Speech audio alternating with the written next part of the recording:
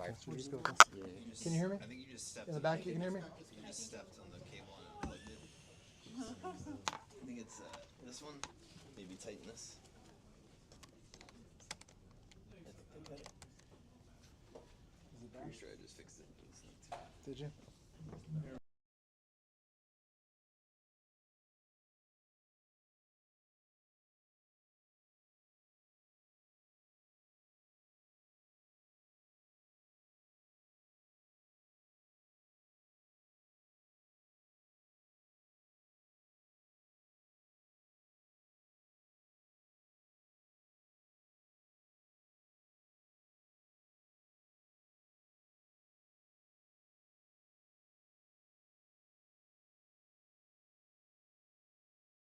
Well, thank you everyone for joining the lecture tonight, Detailing Worlds.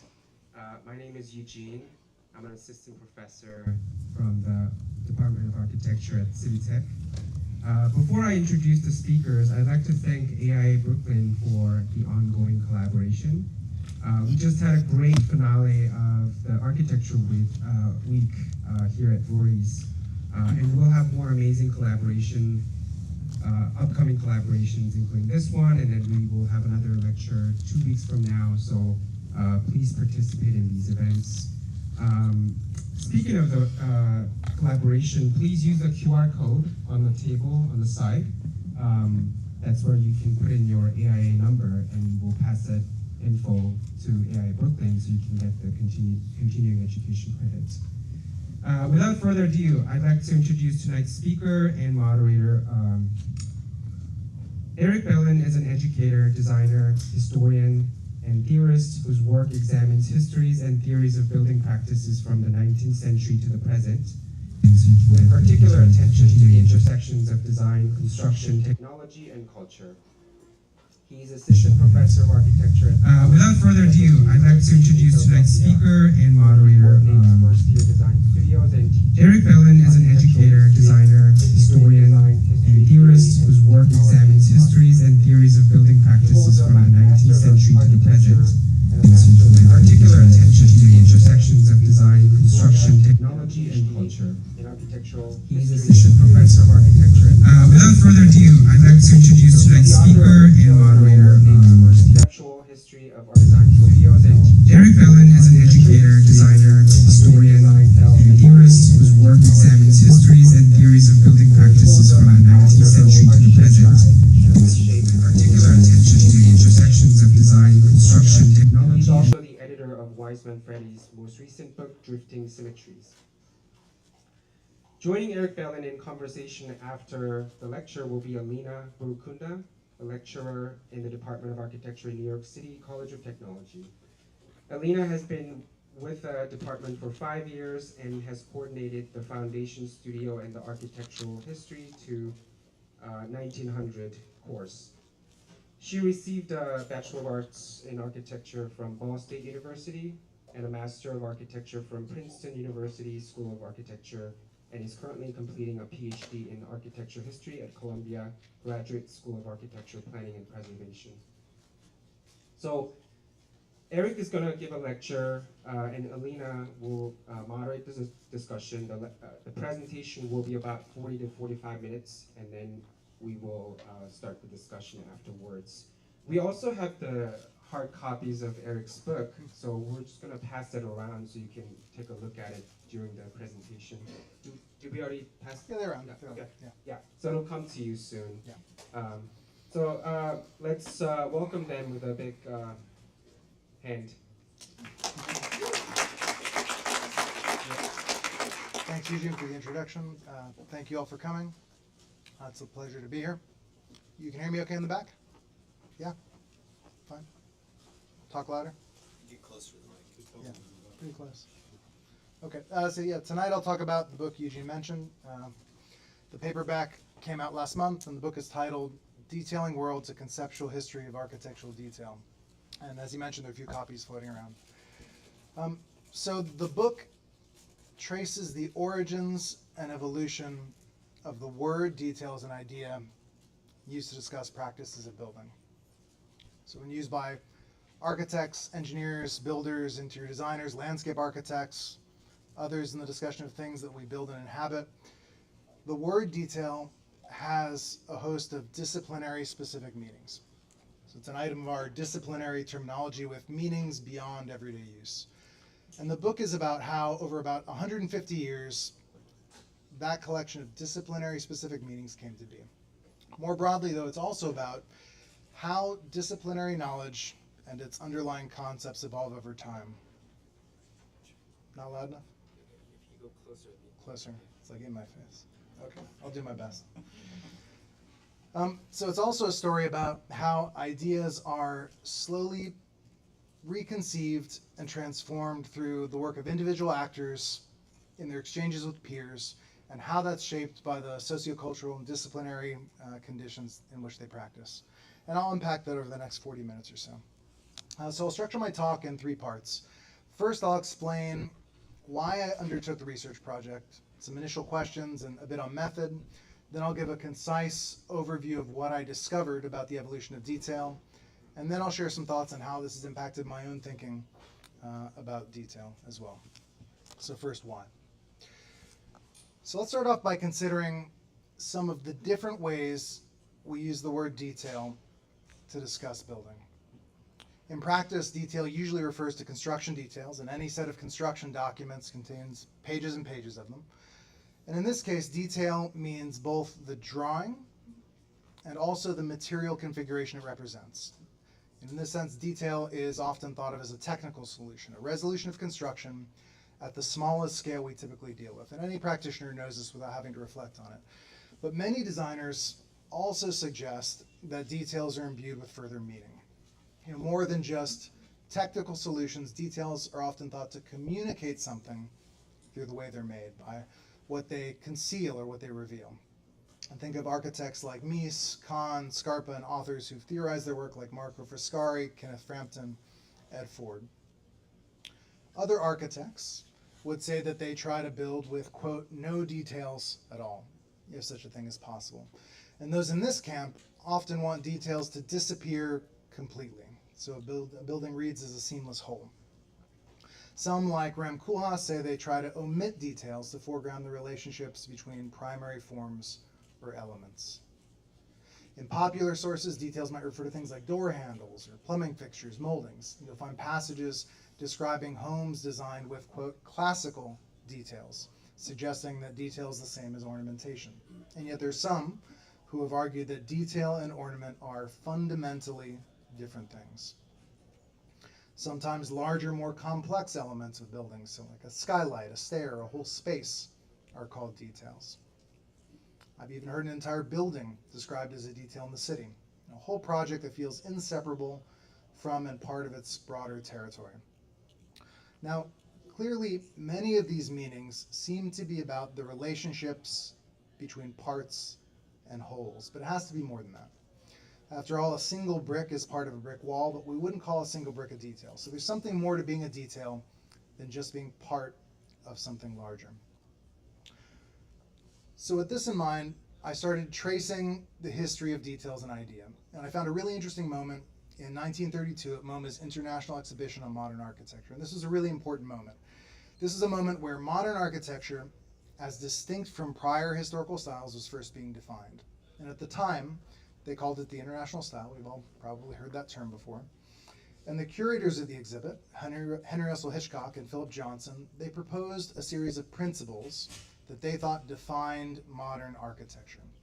And one of these principles was the avoidance of applied decoration. And they argued that, unlike past styles, modern architecture had no ornament because, quote, architectural detail provides the decoration of contemporary architecture. So for Hitchcock and Johnson, ornament was not detail, and detail, as the articulation of structure, was central to the very definition of modern architecture. Now, if you flip through the pages of a mid-century magazine on architecture like Architectural Record, here on the screen, you'll find details are almost always construction details, but when you look closely, things grow more complicated. So between 1963 and 66, Architectural Record published a series of 7 articles titled simply Architectural Details, each presenting the work of a prominent architect. So Mies, Walter Gropius, Marcel Breuer, Philip Johnson, among others. And these were some of the most important and influential figures in architecture during the mid-20th century. And each of the articles began with a statement written by the featured architect explaining some of their thoughts on detail generally, and then followed by a collection of construction details from recent projects. And Mies argued that details should reveal a building's conceptual structure. Gropius thought details were mostly about human scale and psychology. Breuer identified a trend, writing that details were being erased, subordinated to the whole composition in the process of disappearing to privilege formal ambitions. And about the work he included, Philip Johnson wrote, quote, that what follows contains many kinds of details: window enframements, geometric calculations, decorative grills, arbitrary steel curves, a single building section. Varied as they are in type, they may sometimes all be called, I suppose, details. And then he summed it up by saying, the word details means different things to different architects. And so 40 years later, Detail Magazine, an important German publication on building, asked another group of architects and engineers to explain what details meant to them. And the results were even more divergent. So the engineer Tony Hunt, collaborator of many famous architects, described details simply as the place where structural elements meet, so the joint. For architect and engineer Werner Sobeck, details resolve multidisciplinary problems within a small space. For Japanese architect Tadao Ando, it was about the ongoing tension between parts and whole, with details often expanding into, quote, spatial experiences. Italian architect Mario Cucinella claimed details are a building's soul. The partners at Dutch firm UN Studio proposed that details either be completely omitted from building or discovered in the blurring of relationships between building and context. And Rem Koolhaas, subversive as always, dismissed detail as completely irrelevant.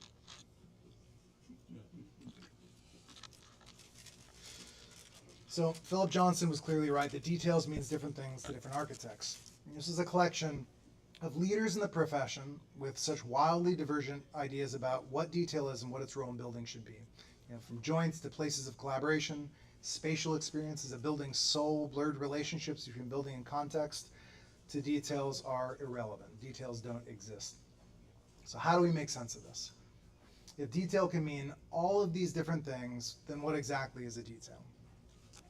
Now, if there has been an authority on detail in architecture, it's certainly Edward R. Ford. And his two books on the details of modern architecture, which were published in 1990 and 2003, they never left my desk when I was a graduate student. But they accept detail simply as construction detail, leaving all of these other understandings unexplored. And as we've just seen, there are many different ways to understand detail. And in 2011, he published another book titled simply The Architectural Detail. And in it, he describes different types of detail found in modernism, but in the conclusion, he declines to define what exactly a detail is. But he offers a definition of detailing as the practice that produces them. And this is what he says. He writes that detailing is, quote, the small-scale animation of static abstractions by the displaying of function, by the exaggerating of function, by the representing of function, or by the reverse. Detailing is selective animation, or in some cases, selective abstraction.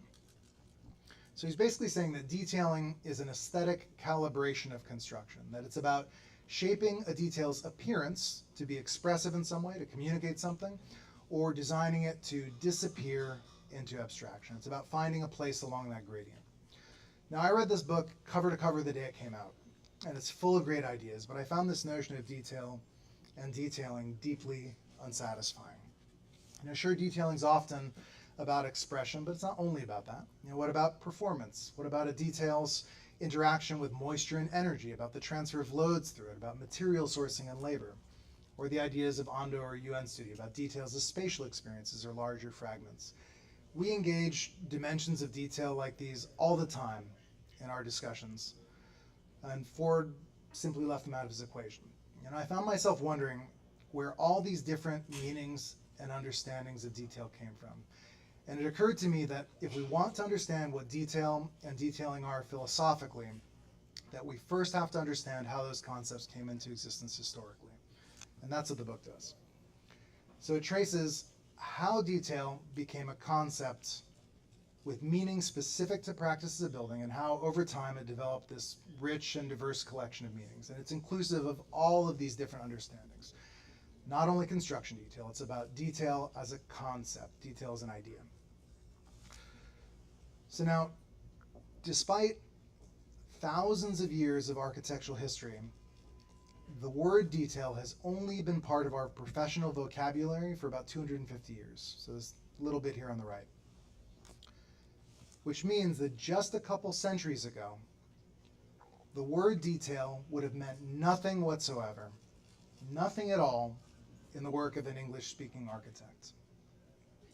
And it's easy to take for granted that the language we use to discuss what we do is stable, to assume that what things mean for us is what they've always meant, but language isn't stable. It's always changing and evolving. And so about this, the historian of science and technology, Leo Marx, has written on the history of the word technology. And he argues that, quote, the emergence of a keyword in public discourse, whether a newly coined word or an old word invested with new meaning, may prove an illuminating historical event. Such keywords often serve as markers or chronological signposts of subtle, virtually unremarked, yet ultimately far-reaching changes in culture and society. And this is absolutely the case with the word detail. So what my book does is trace the historical evolution of detail by examining how specific disciplinary actors, important historical figures, understood and used the word in their own time and place. And doing this, it draws on methods from the digital humanities and also from the history and sociology of science to analyze thousands of textual occurrences across centuries to recover meanings of the word as they shift and evolve. And I've taken really great care not to apply our contemporary understandings of detail to the work and words of those in the past, but rather to reconstruct to the fullest degree possible the ways the concept was understood by historical figures in their own time and place. And the title of the book, Detailing Worlds, reveals one of its methodological strategies, which is that aside from the introduction and the conclusion, each of the book's chapters focuses on what I call a world of practice. And what I mean by that is a different professional context in which people think about and work on buildings.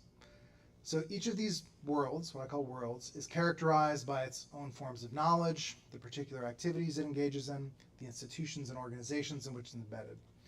And each world described constitutes what I call in the book a sort of epistemological geography. So a network of actors within their specific time and place whose disciplinary and sociocultural context helps shape their distinct ways of understanding the world and the place of building within it. And the title of each chapter gives name to one of these worlds. So the academic, the technician, the student, the engineer, and the architect. And the book shows how each of them gave rise to new ways of thinking about detail and its role in building projects.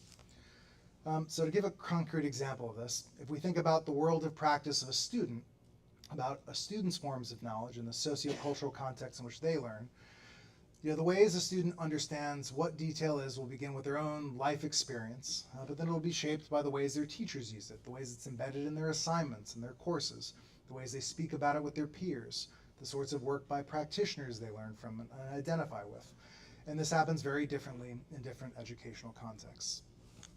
Now, in regard to history, by bracketing each of these worlds of practice, I don't mean to suggest that new meanings of detail arose independently of others or that they replace one another, but rather that historically all the different meanings of detail have accumulated over time, intermixing and overlapping, becoming the rich but often messy collection of meanings that we have today.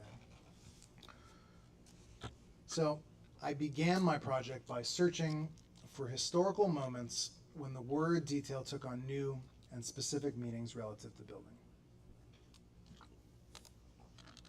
And so the word's etymological origins are in French, and it stems from the phrase détailler, meaning to cut something into pieces. And as early as the 16th century, that phrase was used in architecture to refer to cut stone and sometimes carved ornament. Through the 17th and into the 18th century, the word détail began to appear in texts on building, but only as a word in general French language. So used in phrases like, I'll discuss this topic in detail. To give a minute or circumstantial account of something. Beyond this, though, it also found use and new meaning in commerce. And some goods, like cloth and meat, were said to be sold in detail when they had to be cut from some larger and integral whole. But it wasn't until the 18th century that the notion of detail as a noun was first associated with architectural parts, used as an item of disciplinary specific terminology by architects. And so I started this project by searching hundreds of texts in 4 languages from the 15th to the 19th centuries, and literally recording instances of the word and tracing the evolution of meanings over time. And unfortunately, this is before AI. This is back in 2014, so it was very tedious. But what I found was that the first to explicitly use detail as an idea with meaning specific to practices of building was Jacques-François Blondel, who was a famed French academic who was a teacher at the Royal Academy in Paris. And in his writing and teaching, the use of detail was radically expanded.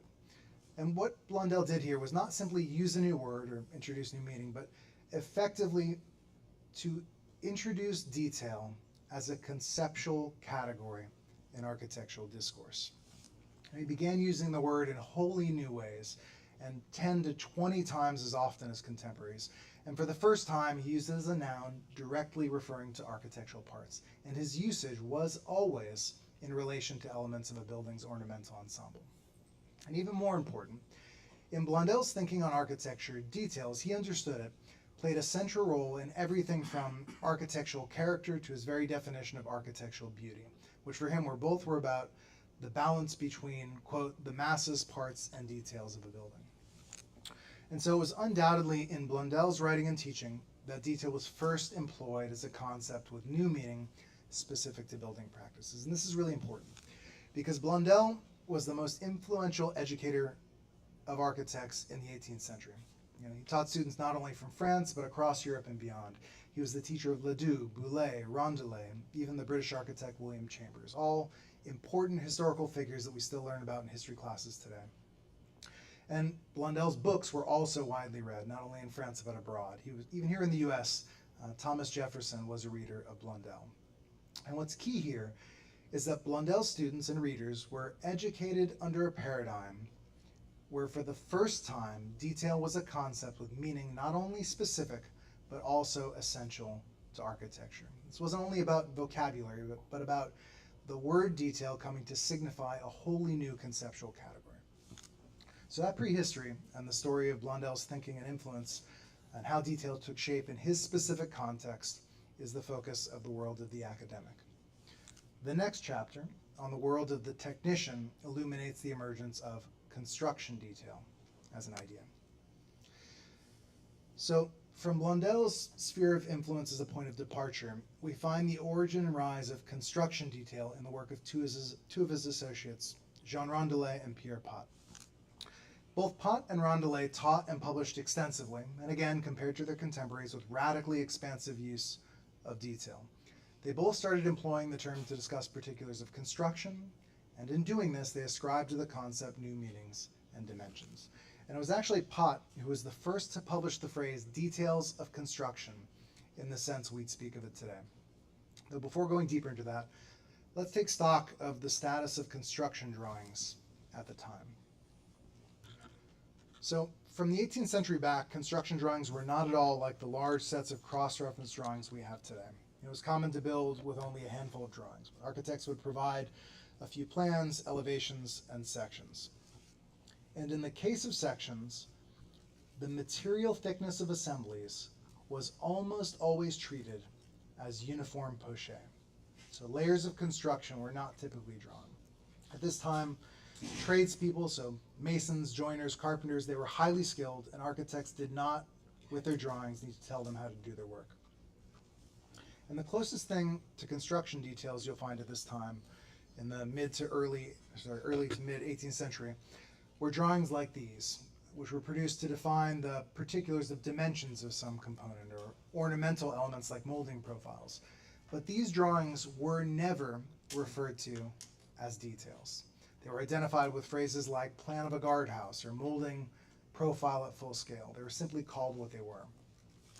But this began to change in the second half of the 18th century, and for a number of different reasons. In France, one of these reasons was the increasingly common use of iron in building. But to understand why, we need a little background.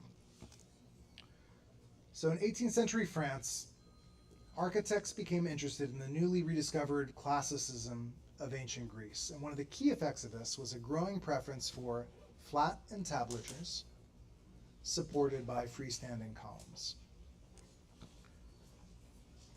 In addition to this, French architects also drew inspiration from Gothic building, and they aimed to build with more delicate structural proportions and a sense of openness and lightness. But combining these things, so flat entablatures with more delicate and spacious structures, posed challenges in construction.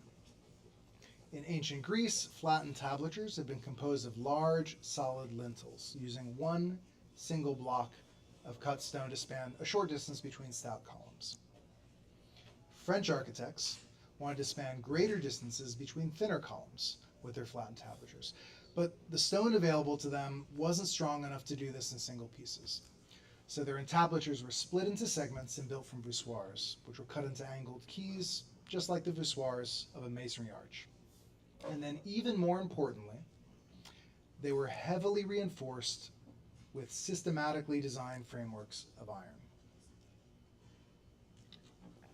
Now there are older, limited examples of iron's use in building construction, but nothing like this in scope and complexity.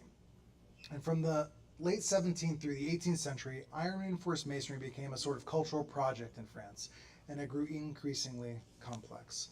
And this is really important because it involved the introduction of a new material and method for which master builders had no specific expertise. So it fell to architects and engineers to begin, for the first time, asserting their own authority over the contents of the building's poché, over the layers of a building's construction. And this was the context of Pott's first publication of the phrase details of construction. It was in a 1769 study of emerging methods of iron reinforced masonry. So here, detail evolved a new meaning, construction detail, at the nexus of aesthetics and technology. So the next chapter, on the world of the student, examines how over the 19th century, different ways of thinking about detail were cultivated in future architects and engineers at different Parisian schools.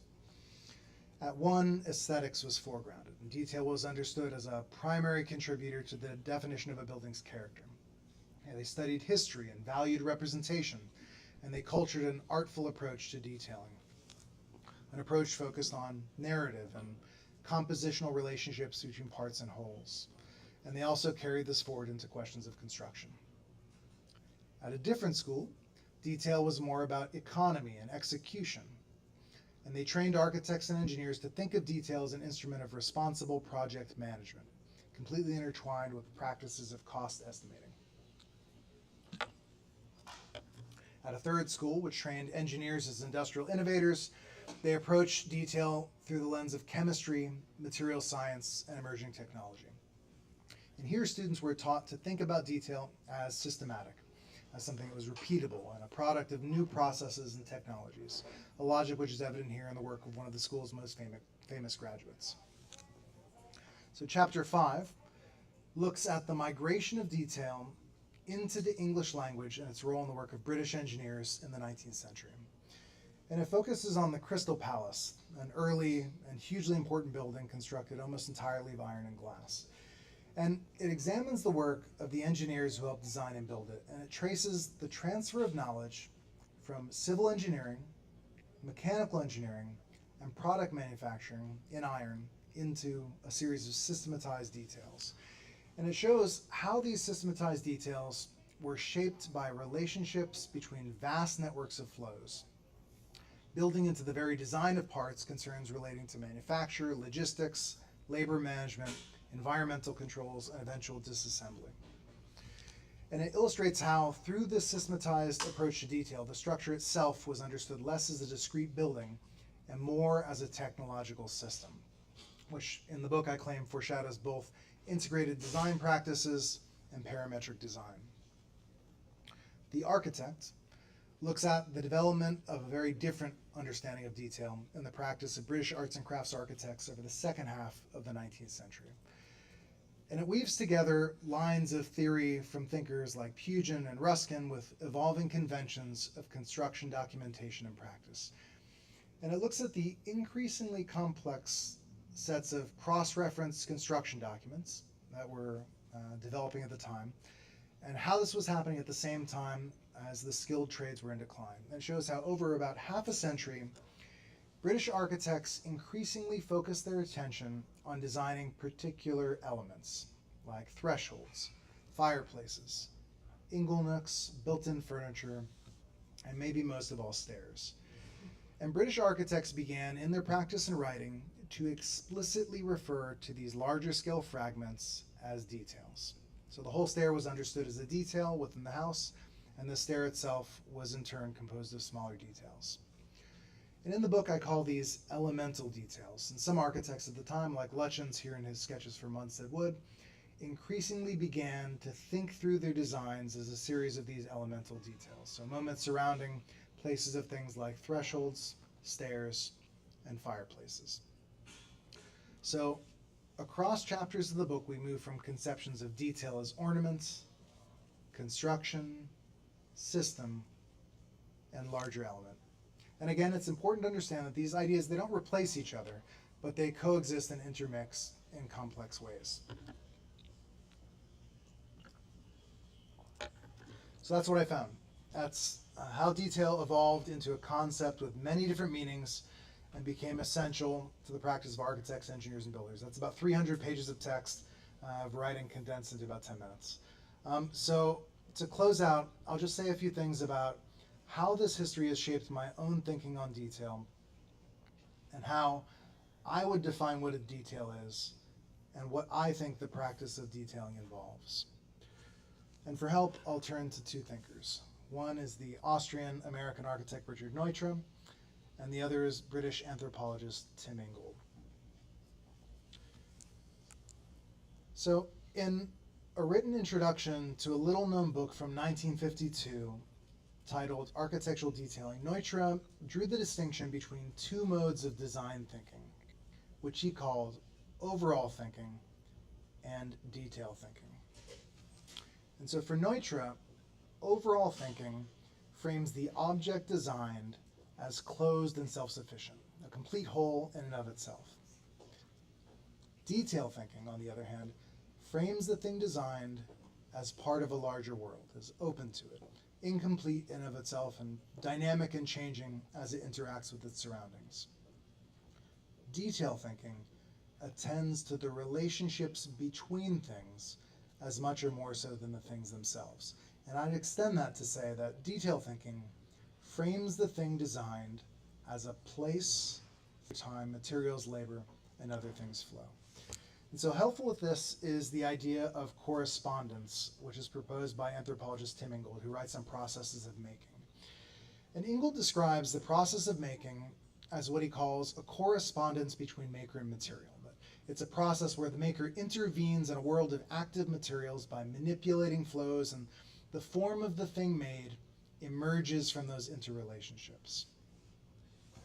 And he gives basket weaving and wheel-thrown pottery as examples, which are ways of making which bring together motions of the maker with flows of material as they correspond with one another among currents and forces of the environment.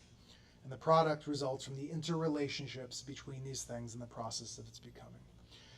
Now, what's different for us, of course, as designers, is that we design things in advance of their making. We rarely build them with our own hands. So our act of making is mediated by representations. We model and draw things for others to construct. And in the book, I argue that, through the lens of Neutra and Ingold, that detailing as a practice and detail thinking, on which it's based, involve a form of what I call imagined correspondence. And it's the idea that in designing generally and detailing especially, we often imagine the things we make as interacting with, shaping, and being shaped by flows. Conceptual framework for seeing each of these bodies of thought as different ways of understanding the meaning and role of details from the vantage of different worlds of practice. I don't think there's any inherently right or wrong way to think about detailing in what we do. The question is simply, which values and ideas do you want to shape your world? And I think for each of us, that answer is a little bit different. Thanks.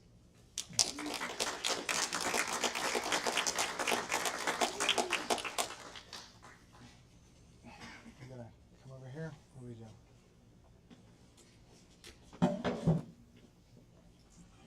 I did pull some images too.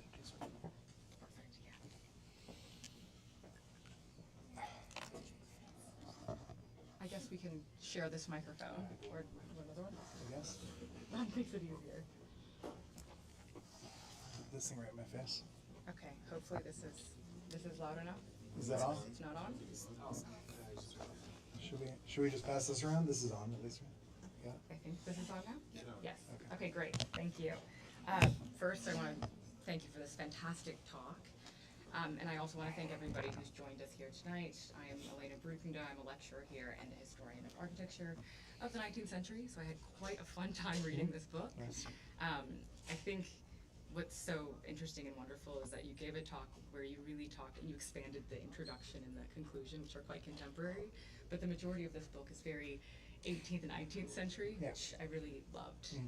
And so a lot of maybe my references, they might change as we go through this conversation, but have to do with the kind of contents of these midsections and what we can learn from pretty deep historical references, especially to like those students in the back who are wondering why we would look at such old references today. Okay, so where would I want to start? You do such a good job of tracing this, like the etymology of this and what this means for practice. But I think that the questions that I really want to ask is, it's centered around actually how you close your talk, which is about finding who you are as a designer, what it means to be an architect, Sure. around this notion of defining what the detail is. Why is that so important to also establishing how the architect is different from other kinds of designers writ large, right? That's something that kind of came up to me throughout reading this text, was that in each chapter, trying to understand what the detail was actually about trying to understand what the architect was, and how the architect distinguishes themselves from other disciplines such as engineering. Okay, so it's less of a question and more of an invitation to keep thinking about this. I wonder, as you were writing this text, and I know because I read it as well, is if you can talk a little bit more about like this anxiety about defining what the architect does and how the detail fits into that. Sure.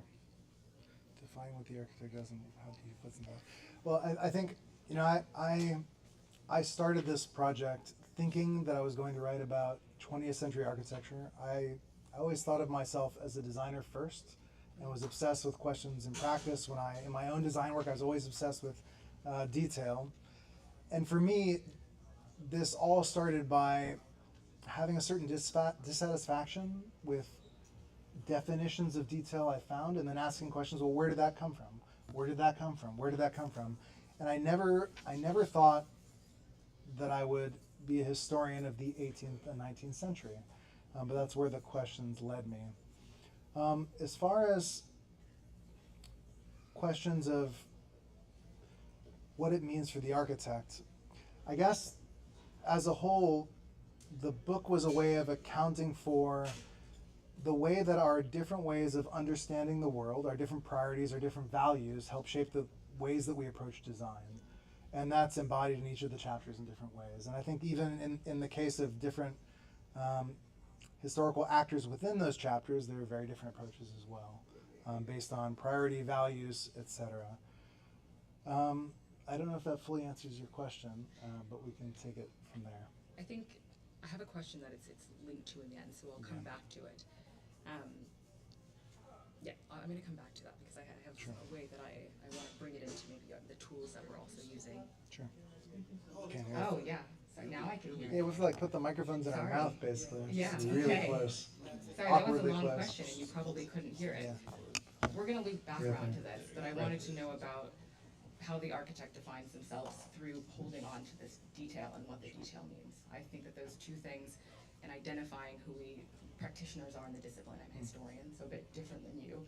Yeah. Most of us who are in the audience, the detail is really central to that. Well, the interesting thing about that is like something that we obviously still struggle with today is who has authority over these moments, right, over details. I mean, any practicing architect knows there's always some discussion or maybe conflict sometimes with an engineer about the way something's done, and those, I think, contested situations occur all through history, right? In the fifth chapter on the architect, or sixth chapter on the architect, there are those moments of friction between architects and the crafts, right?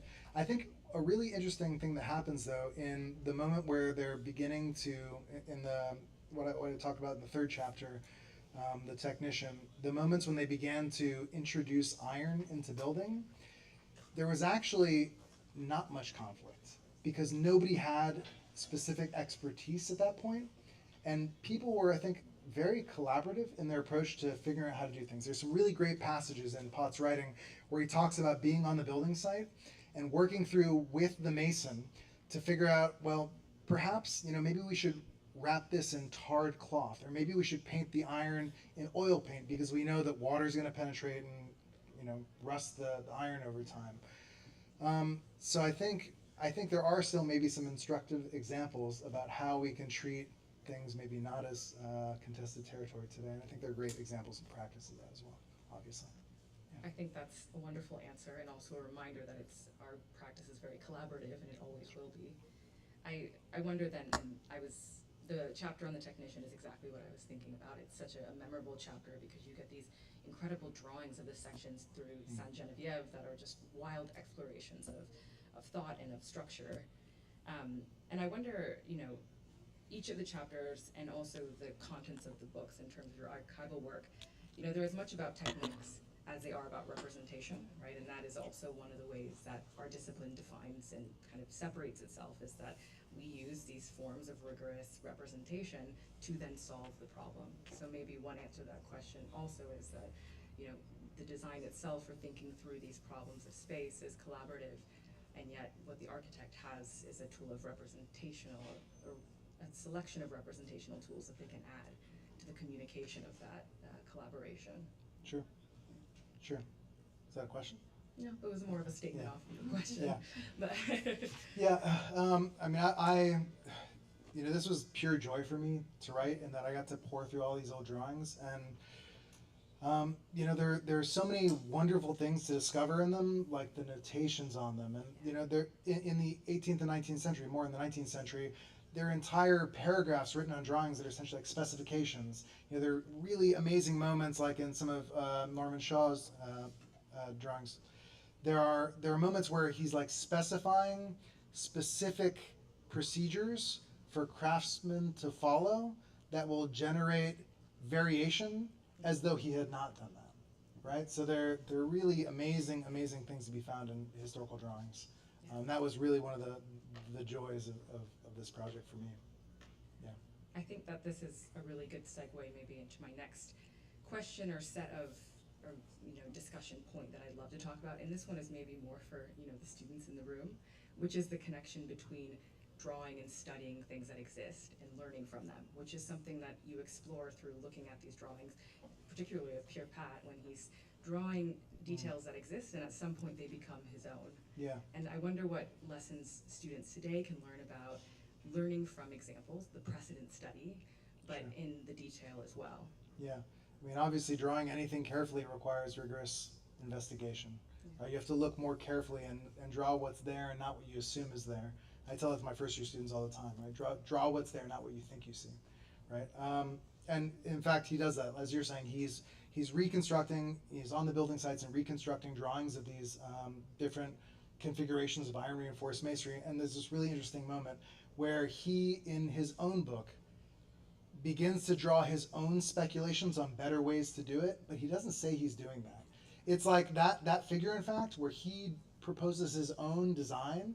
It's like at the beginning of the chapter on iron reinforced masonry, and he doesn't cite it as his own work. He just kind of glosses over it, and you make it through and see all the examples, and then you think, well, wait a second.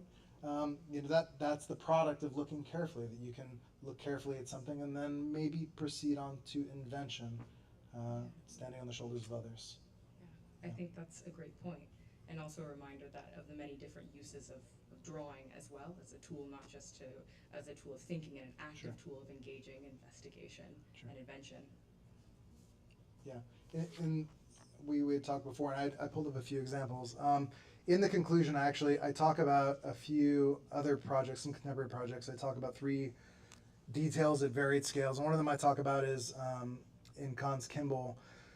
And I talk about this moment at the peak of one of the cycloid vaults where there is a skylight, and how in the set of construction documents there is a detail drawn that describes this moment, but it doesn't really describe the moment. You know, to understand what this is, you really have to expand beyond that and understand its relationship to light, the relationship it calibrates between light and art, and between an observer.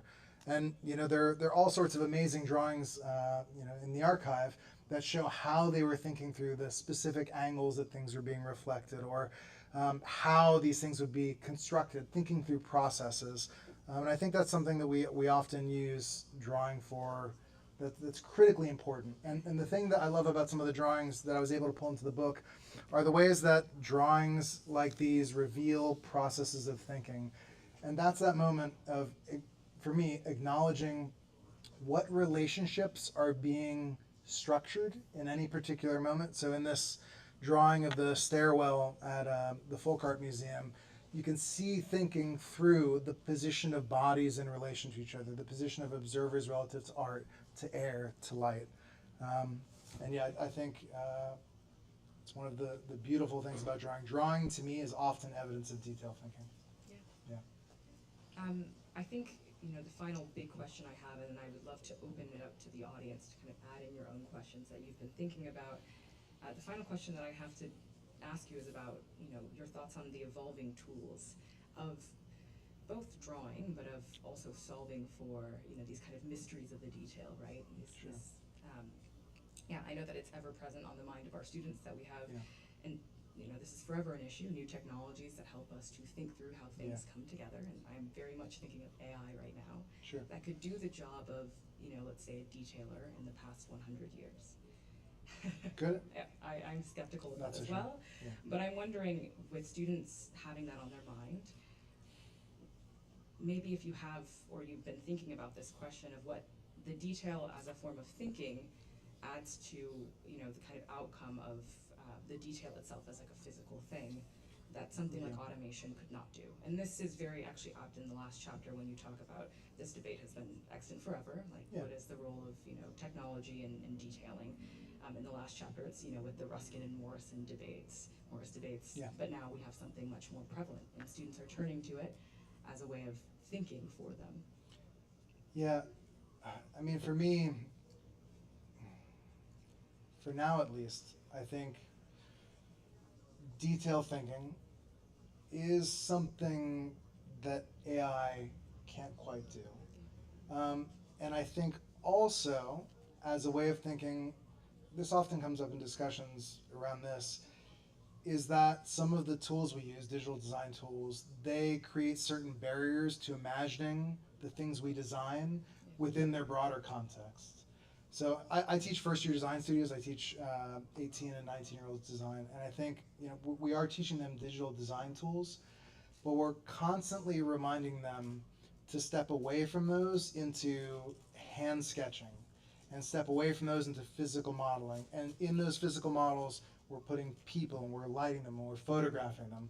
And I think it takes maybe more effort than it once did to pull out of those virtual environments and embed your thinking within the world, but I think it's essential. Yeah. I think that's a really great way to think about detailing, and also, yeah, how it's, you know, every tool adds to our toolbox, but I think your turn away from the object to the thinking is a really great way of maybe quelling some anxieties about, you know, what your actual role is in terms of thinking through design as a student and also practitioner after. Amazing. I would really love to open up the questioning to the audience so that we can have a little bit of time also for you to ask Eric some of your questions about what was presented here today, and we can pass around the microphone as well so that you can have some projection. Hold it really close to your face then.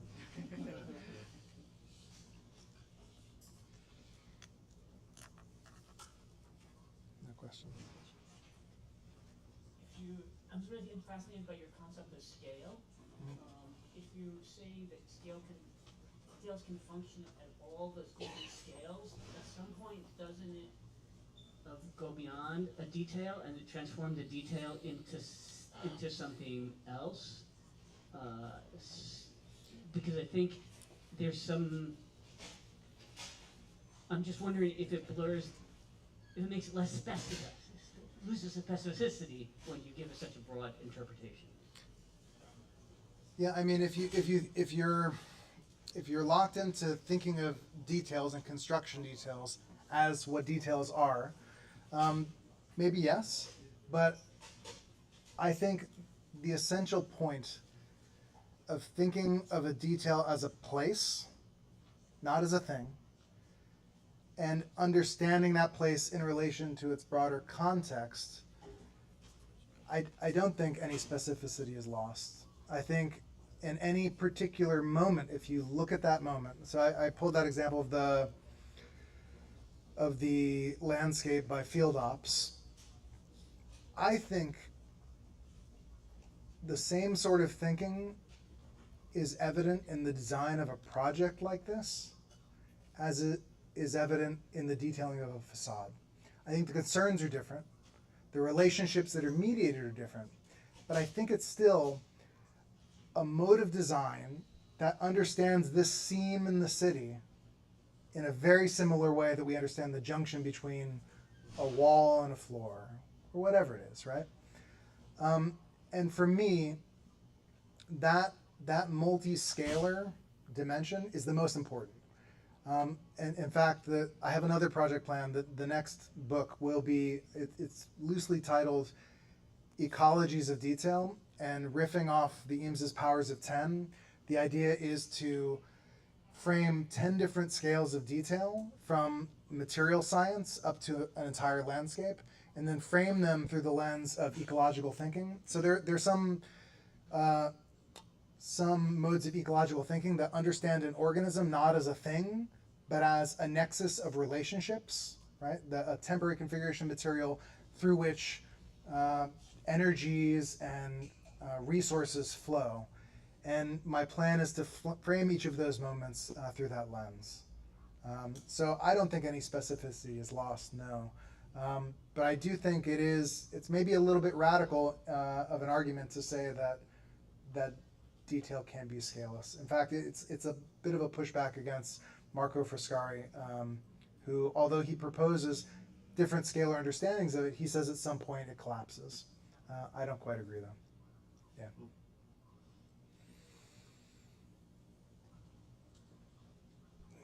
Question.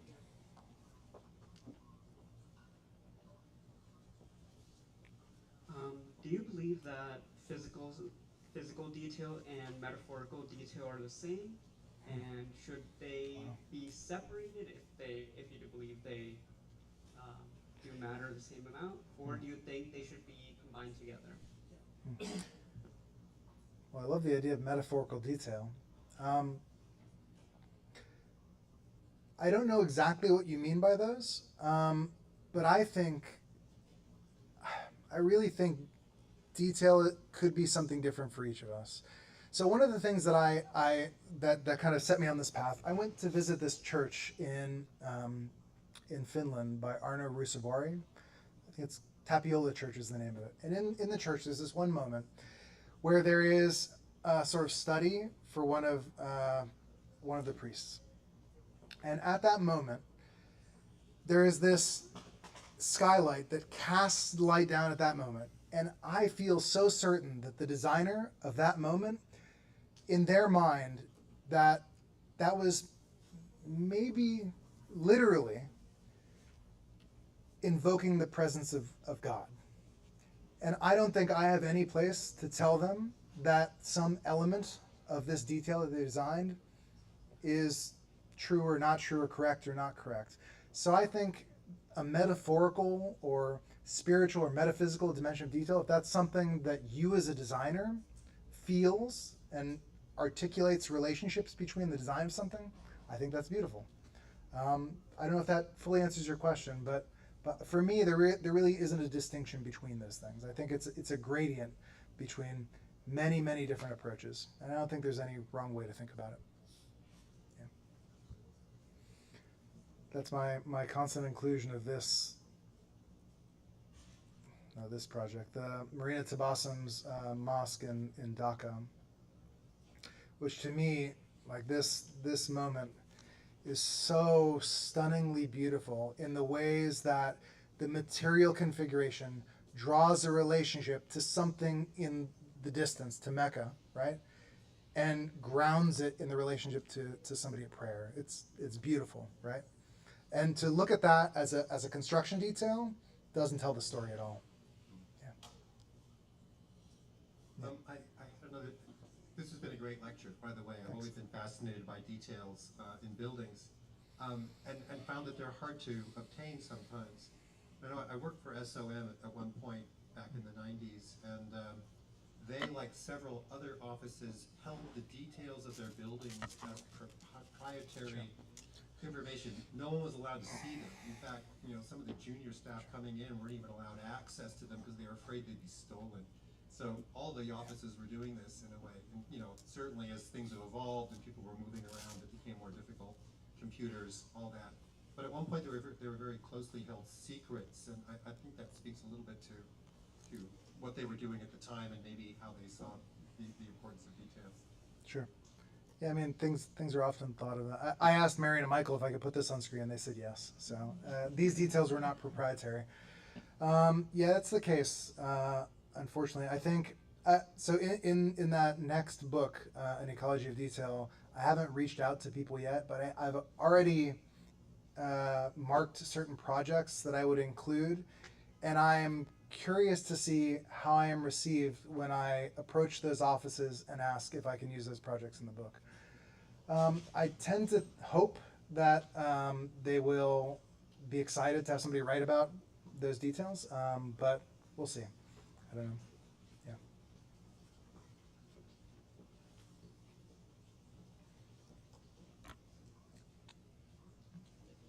Yeah.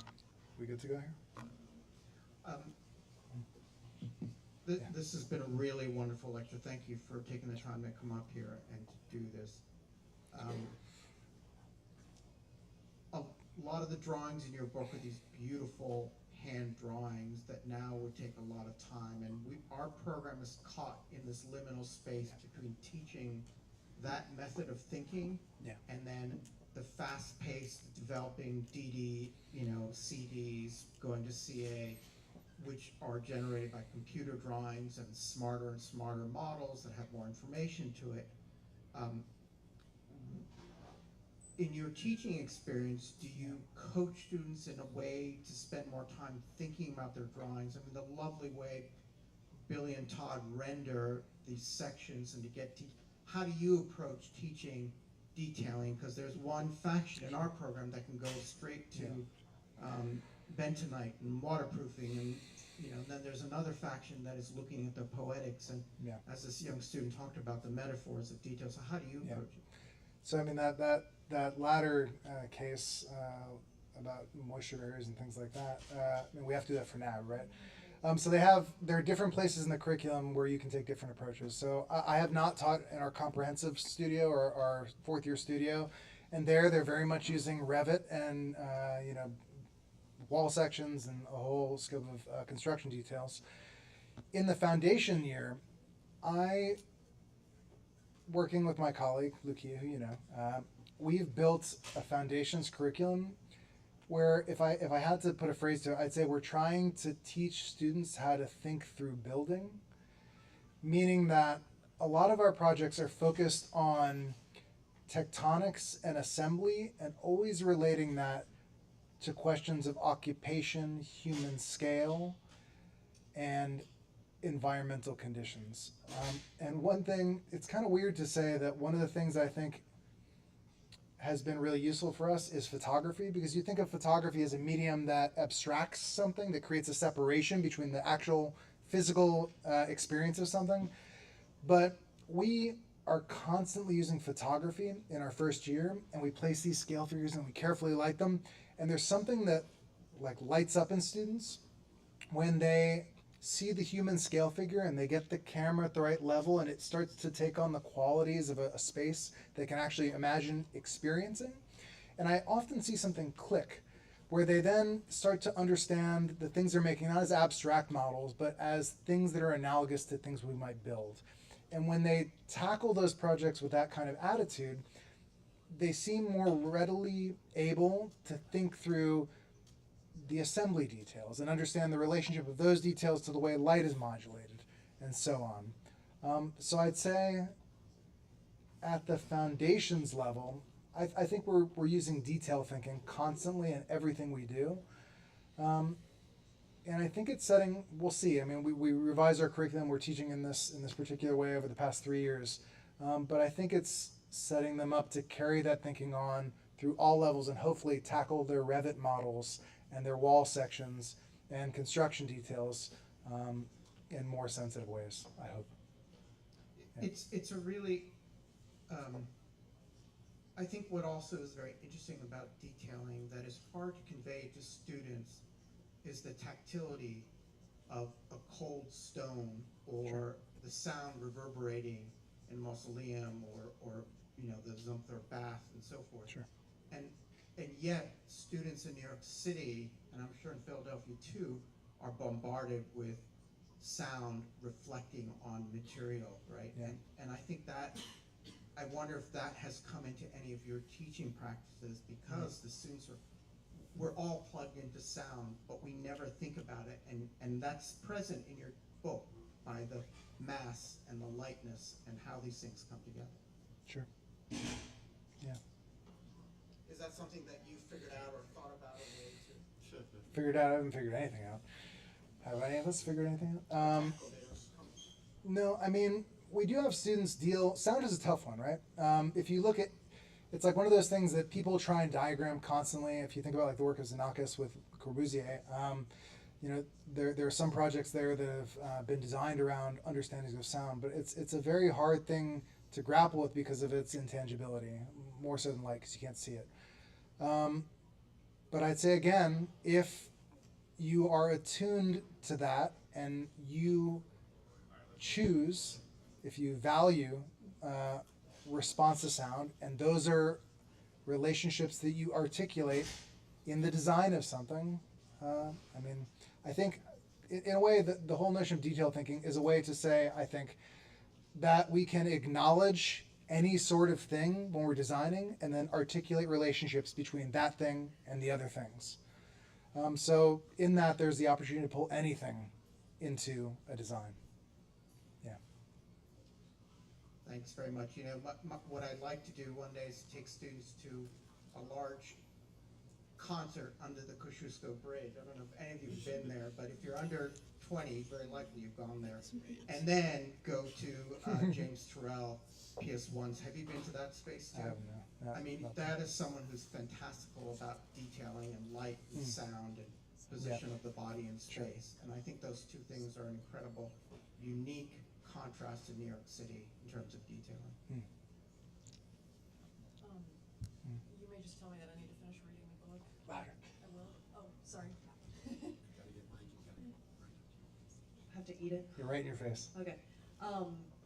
Yeah, you may tell me I just need to read chapter, you know, you could point me to the book and that's fine, but I'm interested in this idea of the imagined correspondence that Sure. you're talking about. And, cause I think that that's something that was ingrained in us, in our, you know, undergrad curriculum about kind of like imagining through making a physical model that you're at a God scale level and you're able to sculpt a building. And it always sort of irked me because I thought that it sort of pushed the labor of the laborers who literally were going to be making the building later down into a different plane. So I'm wondering, you know, Yeah. I have those issues of Yeah. class. How do you think about them? And like, what Yeah. do you know, do you put the imagined correspondence above it, or is there some No, way to? hopefully. I mean, look, you can put it wherever you want, right? It's up to you as an individual designer. So one of the projects that I've marked for a chapter of that next book is by Solid Objectives, Eidenberg Lou. And so they have a project that it's a housing project in Mexico. And I saw Florian give a talk on it, and it struck me as like a perfect example of everything that I want to talk about. And what it is, in this housing project, they designed a facade made of large precast concrete elements. And they designed it, and then they went and met with people, and when they got there to Mexico, they met with the people who would construct it, and they said, we can't lift these, right? We're not gonna be able to move these. So they said, okay, well, let's discuss what you can move. Let's discuss what is comfortable to hold. And they redesigned a concrete module based on the expertise of local producers, and they calibrated its scale relative to what a labor could hold comfortably.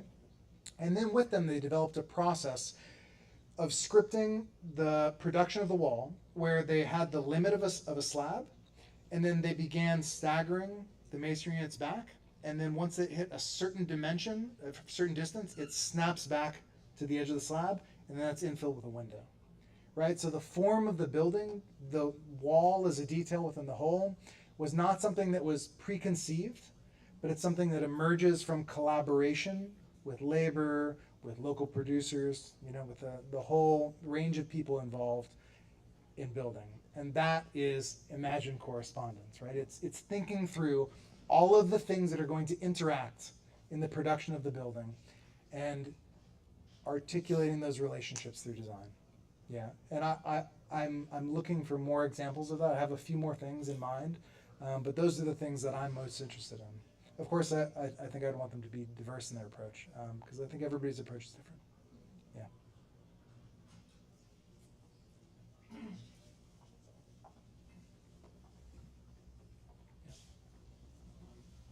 That was a really nice lecture. I really enjoyed all the Thanks. different knowledges that you collected, and I think the way you talked in the end, just now, your answer to that question, as well as some of the other comments, point to how you went about arriving at the book and coming up with all this stuff. But one or two comments you made sort of stuck out to me. The comment about Koolhaas. Sure. In your grid of figures there, Sure. you have Rossi's architecture of the city to me, and they Yeah. point in a different direction, I think. And maybe it's just that I'm identifying that I'm in a slightly different camp or school than you are coming from. Yeah. And I guess the question for me is, what's the relationship of the detail to the diagram? Because your description of the detail sounds an awful lot to me like Foucault and other people's description of the diagram, which is very political, I would argue. Sure. And so I'm wondering, do you see them as similar? Do you see yourself in a different place? Because the diagram is very abstract, but if you look at the world, you see things, Yeah. material complexes that work and function in a certain way, produce. They don't represent, they produce Sure. knowledge of the world. And so, the one thing about details that's weird is it's very internal to architecture. In other words, people who use buildings don't understand the first thing about details, nor do they have to. Nor do they have to, But right? that's a very elite kind of politics. So, that's where the question of the diagram versus the detail comes, is very interesting to me. I mean, I loved your talk. I loved all the stuff you talked about. The book has so many beautiful images in it, and it's so rich and interesting. But then there's just, the world out there and the way people attack it. Sure. I don't know. I feel like I'm in a different camp than you. So, That's okay. yeah. I think there's. I'm trying to write in a way that I hope is makes room for all camps. I had a discussion at a conference with Peggy Deemer about 10, 12 years ago, and she said something that stuck with me. So my PhD, I did a PhD with David Leatherbarrow, right? David Leatherbarrow is very much a figure that's associated with phenomenology, right? And I had this discussion with Peggy Deemer, and she said, I told her my dissertation would deal with detail, and she said, she almost like grabbed me by the shirt. She said, we must take detail back from the phenomenologists, right? And for me, that was a really important moment because I agree with her completely. I don't think it's only about aesthetics. I don't only think it's about philosophy. I want it to be about whatever an individual designer values. And I think if you value things that are different from me, I think the world is a richer place because we have both. So I welcome your being in a different camp. I would still assert that you. More of a diagram. I would still maybe. I would still assert that you probably apply detail thinking in many situations. I pulled this up because Koolhaas. I tried to be a little bit subversive with the subversive architect, in that as he's saying, detail is completely irrelevant. To me, this is the most amazing detail in the House of Staircase, right? In the way that it creates these uncanny juxtapositions between like the messy life of an inhabitant and the beautifully detailed glass interior wall, right? So for me, that's detail thinking at its best, right? It's not irrelevant. Yeah, but thank you for your pushback. Yeah.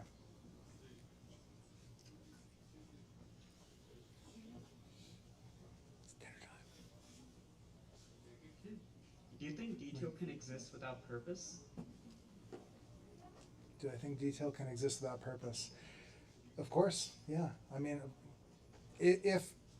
so there are many examples of details that maybe, well, it depends on what you define as without purpose, right? There are details that exist for the aestheticization of something as produced by a designer. And maybe one person thinks that, I don't know where the person who asked the question is. Where are you? There you are, okay, yeah. You know, I think one person might see something as without purpose, but it might have a purpose for somebody else. I think you could produce a detail as a designer that has absolutely no purpose. You could aim, you know, art is always pushing against definitions, right? As soon as art is defined as one thing, somebody's put like John Cage, right, with his piece presenting silence as artwork. I think if you wanted to design details with no purpose, that could make a really interesting project. But I feel like that's a bit contradictory in its own way. Like, art is always contradictory, and saying it has no purpose in it of itself has a purpose, I feel. I mean, that's a philosophical question that's worth thinking on. Yeah. All right.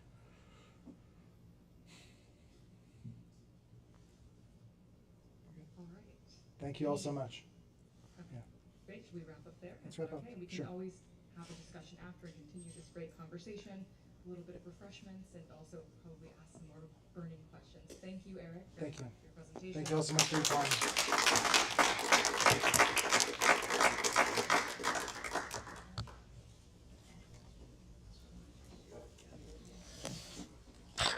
Nice job. Thanks. You're quite the nerd. Yeah, right.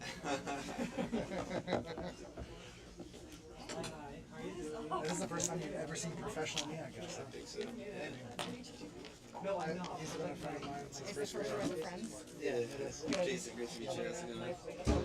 That's awesome. We were in elementary, middle, and high school. And he was